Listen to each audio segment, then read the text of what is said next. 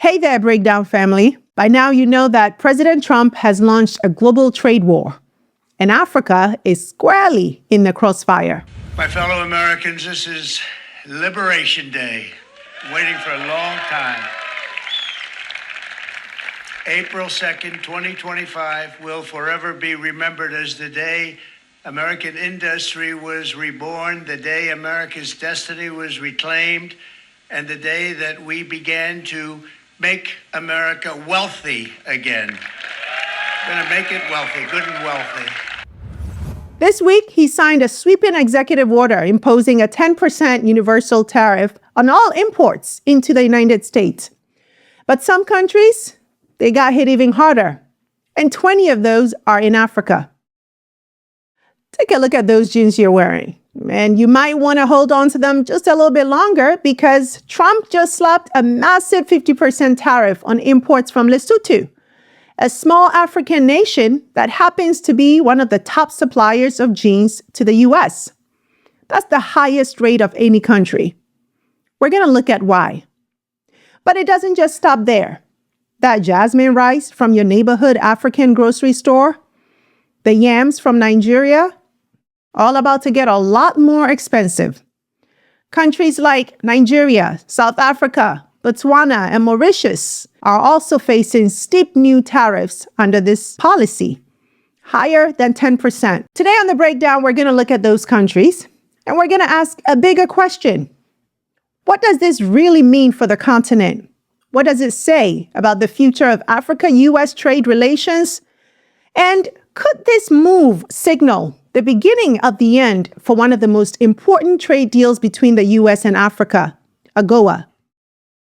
But before we dive in, let me ask you this. If the stories that we are covering here on The Breakdown matter to you, then hit subscribe, tap the bell, and consider joining our membership or dropping a super thanks to support what we're building here at Panagenius TV. This is your platform, your stories, your voice. And trust me, we're just getting started.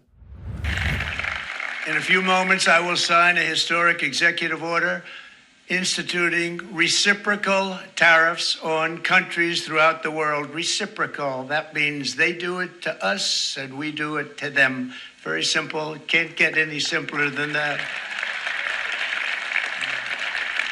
This is one of the most important days, in my opinion, in American history. It's our declaration of economic independence. For years, hardworking American citizens were forced to sit on the sidelines as other nations got rich and powerful, much of it at our expense. But now it's our turn to prosper, and in so doing, use trillions and trillions of dollars to reduce our taxes and pay down our national debt, and it'll all happen very quickly.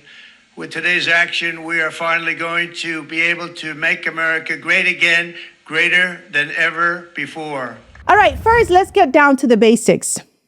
Trump's executive order uses the International Emergency Economic Powers Act of 1977, a law that was designed for national security crisis, to declare America's trade deficit a national emergency.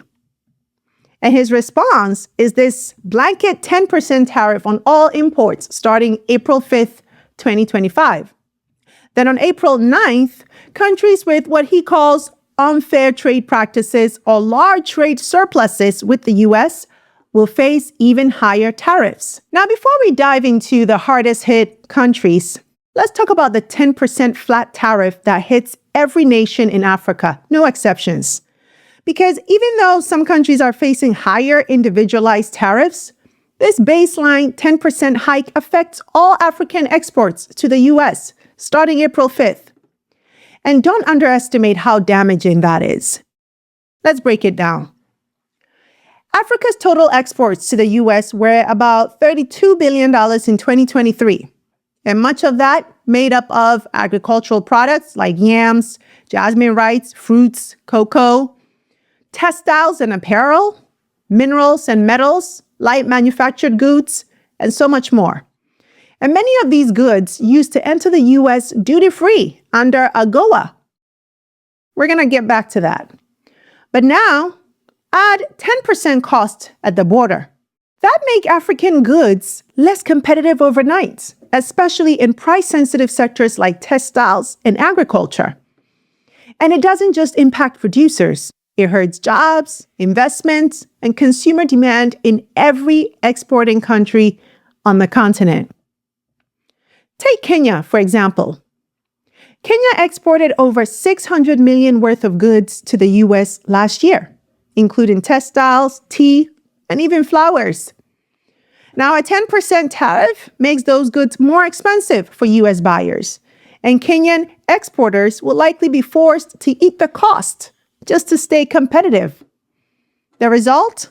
Smaller margins, potential layoffs, slowed growth in one of Africa's most promising economies. The same applies to Ghana, Nigeria, Ethiopia, Rwanda, and Senegal, all of which have built sectors around access to U.S. markets, often with AGOA as the backbone. Now that AGOA's benefits are being quietly undermined by this across-the-board tariff, that foundation just got a lot shakier. We're going to get back to that. But remember, 10% might not sound like much in theory, but in global trade, where margins are tight and supply chains are cost-optimized to the decimal, 10% is enormous. It can mean the difference between staying in business and shutting down, between getting that U.S. contract or losing it to Vietnam, India, or Mexico. So let's be clear. Every African country that exports to the United States is about to feel this. This isn't just about those with large trade deficits. This is about a policy shift that says access to the U.S. market is no longer guaranteed, even for our allies, right? And for Africa, that's a major signal. It may be time to diversify trade partners, boost intra-African trade, and build resilience outside of Washington's ever-changing political winds. All right, now that we've unpacked the 10% flat tariff that hits everyone, let's talk about the countries that got hit with rates higher than 10% under Trump's new trade regime. Because for some African nations, this isn't just economic turbulence. No, it's a full-blown storm. We will also look at what those countries are currently charging the U.S., just so we have some context. First, Lesotho. For the 2,000 workers at this clothing factory in Maseru, their jobs are a lifeline. Up to 20% of people in Lesotho don't have work. Nearly half of the textiles produced here are sent to the United States. Now, with a newly imposed U.S. tariff of 50%, there are fears factories will have to cut back. We are going to lose a lot of jobs due to this immediately. Now this is a tiny, landlocked nation with a population just over 2 million. But it has become the poster child for collateral damage in Trump's tariff war. Trump just slapped Lesotho with a 50% tariff, the highest of any country in the world. It currently charges the U.S. 99%. So here's the backstory, right? Trump's tariff formula is based on something he calls reciprocal math. The size of the U.S. trade deficit with a country divided by how little that country imports from the U.S. So countries like Lesotho, which export a lot to the U.S. but import very little, it is a small population of 2 million, end up with a lopsided reciprocity score, and thus this brutal penalty. And it gets worse. Lesotho's main export to the U.S., as I said, textiles, right? Jeans, made under the African Growth and Opportunity Act, AGOA, which gave them duty-free access to the American market for over 2 decades. That's now been blown up overnight. Lesotho exported $237 million worth of goods to the U.S. in 2024, mostly clothing, and that accounted for over 10% of its GDP entirely. And now, every shipment of jeans, t-shirts, and uniforms headed for U.S. stores is facing a 50% tax. That wipes out profit margins, slashes order volumes, and threatens to collapse Lesotho's largest employer, the textile sector, which supports over 40,000 jobs, most of them women. Second on the hardest hit list is Madagascar. Like Lesotho, Madagascar has built an export-oriented apparel and textile sector, also leveraging AGOA and other U.S. trade preferences. Madagascar is one of the world's least developed nations, and its precarious economy now faces further jeopardy as US President Donald Trump announced a damaging 47% hike in tariffs on the country. The United States ranks as the second largest export destination for Malagasy goods. Ernest Zafifanona Lainkana, the Director General of Malagasy Customs, expressed concerns over the implications of the new tariffs on local industries. These barriers are very, very high and will certainly affect the competitiveness of our products, he said. On Friday, the U.S. Embassy in Madagascar issued a statement saying Trump's decision was not a punitive action, adding that efforts to achieve reciprocal trade between the two countries will continue. The government of Madagascar said it is engaging all diplomatic and commercial mechanisms possible to prompt a review of the tariffs. However, economic analyst Serge Zafimahova voiced doubt over the effectiveness of this approach, saying that Trump sees even small countries as potential threats. Last year, it exported over $700 million in goods, much of it going to the U.S. Now, Trump has imposed a 47% tariff, putting those orders in jeopardy. Factories operating on razor-thin margins could be forced to shut down, leaving tens of thousands without work in an already fragile economy. Madagascar currently charges the U.S. 93%. Third, there is Mauritius, which has been hit with a 40% tariff. Mauritius has spent decades building itself into a hub for textiles, apparel, and financial services, much of it also tied to AGOA. So this is going to be a significant impact, significant hit on these industries. Mauritius currently charges the U.S. 80% on tariffs. So that's the top 3 countries. And then we have at number 4, Botswana, which got hit with 37%, Angola 32%, Libya 31%, Algeria 30%, South Africa, 30%. And then from here, it goes down below 30%. We have Tunisia at 28, Cote d'Ivoire at 21, Namibia at 21, Zimbabwe at 18, Zambia at 17, Malawi, 17%, Mozambique, 16%, Nigeria got hit with 14%, Chad, 13%, Equatorial Guinea, 13%, Democratic Republic of the Congo, 11%, and Cameroon also gets hit with 11%. The rest get hit with the flat rate, 10%. And if the U.S. is willing to hit some of Africa's most trade-compliant economies with this kind of blunt force, what message does that send to the rest of the continent? So now that we've looked at the countries hit hardest, we have to talk about the policy that's quietly getting gutted in the ground. The African Growth and Opportunity Act, AGOA. If you've been following U.S.-Africa trade for the past 2 decades, you know AGOA has been a big deal. It was passed in 2000 with bipartisan support and was supposed to do something simple but powerful. Give African countries duty-free access to the U.S. market, not as charity, but as a way to jumpstart industrial development, encourage trade over aid, and support African job creation.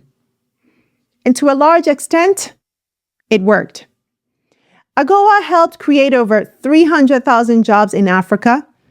It has supported billions in non-oil exports, from apparel to auto parts.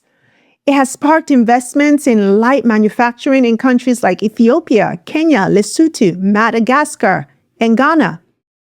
It's one of the few trade programs that actually gave Africa a leg up. Not just rhetoric, but real market access. Now, AGOA is due for renewal this year. Yes, and there has been a lot of speculation about whether or not the Trump administration will renew it. Now, while Trump's new tariff order doesn't explicitly say AGOA is over, you can bet it is. Because now it just makes it irrelevant, right? If you're slapping a 10%, 30%, even 50% tariff on countries that were exporting duty-free under AGOA, then what's the point of AGOA anymore? It's like giving someone a VIP pass to your house, then locking the door and charging them to knock. Make that make sense.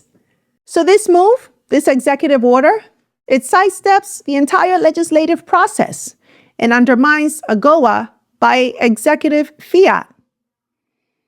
Without public debate, without congressional approval, without any warning to African partners who spent years building industries around this deal. And let's be real, that does long-term damage. It tells African governments, you may think you're part of a partnership, but that partnership can vanish with the stroke of a pen. That's not a trade relationship, certainly not one you would want. And if AGOA collapses or becomes politically toxic under Trump, Africa's trust in U.S. trade policy may not recover for a generation. There's a lot of debate around how we, break the ties from the dependency of importation and, dependency on other regions on Africa's economic future. So some doom and gloom, but I think there is some, it's not all negative. I think it's just really a moment in time where a lot of African leaders and business people and investors are figuring out what we can do to increase our own productivity, our own resilience, our own economies. What can you anticipate would be the impact of these tariffs on the economies of these countries? It's really about strengthening the capacity of our local investment and SME industries. They are the ones that we really need to look at to see how we can build some level of resilience and really challenge a system that has dominated, that has not necessarily been of immense benefit to Africa. There are a lot of things that happen in Africa in terms of dumping of inferior and cheap products on our markets as well from other regions. So we need to tackle some of these issues, and maybe this is the time for us to have some very honest conversations about a system that has not always been very fair to Africa, and maybe put Africa first, as America is clearly doing now. So what now? Because if we're being honest, this isn't just about tariffs, trade math, or deficit spreadsheets, right? This is about trust, about predictability, about whether Africa can count on the U.S. as a stable economic partner or not. And after this executive order, it's hard to make that case with a straight face. Africa has long been told by Washington, trade, not aid, develop industries, become self-reliant. But now that some of those industries are actually succeeding, especially in textiles and light manufacturing, the rules are changing mid-game. And without any warning, AGOA was supposed to be the foundation of a 21st century U.S.-Africa trade partnership. But if one administration can override it, then what kind of foundation is that, really? Trump's America First approach makes it very clear. Access to the U.S. market is now a privilege, not a partnership. So, my people, maybe it's time Africa starts acting accordingly. Here's what that could look like. We can start strengthening intra-African trade under the African Continental Free Trade Area, which, by the way, has already been ratified by 47 African countries and creates a single market of 1.4 billion people.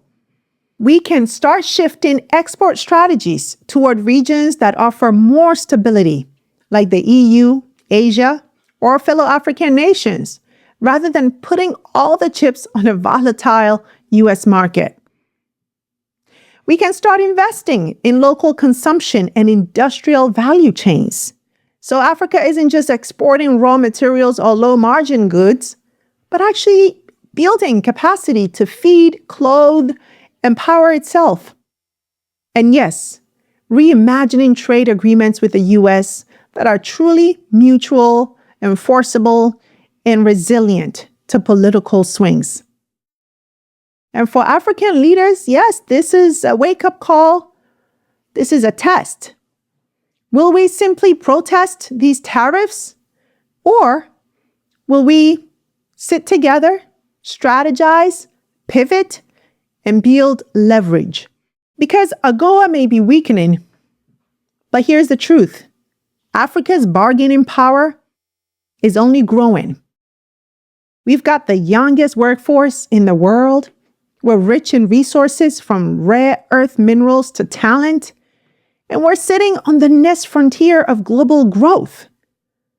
The question is whether we use this moment to keep chasing favors or finally start setting terms. So here's my question to you. Should Africa keep fighting to fix AGOA? Or is it time to walk away and build a new trade system on its own terms? Let me know in the comments and let's talk about it.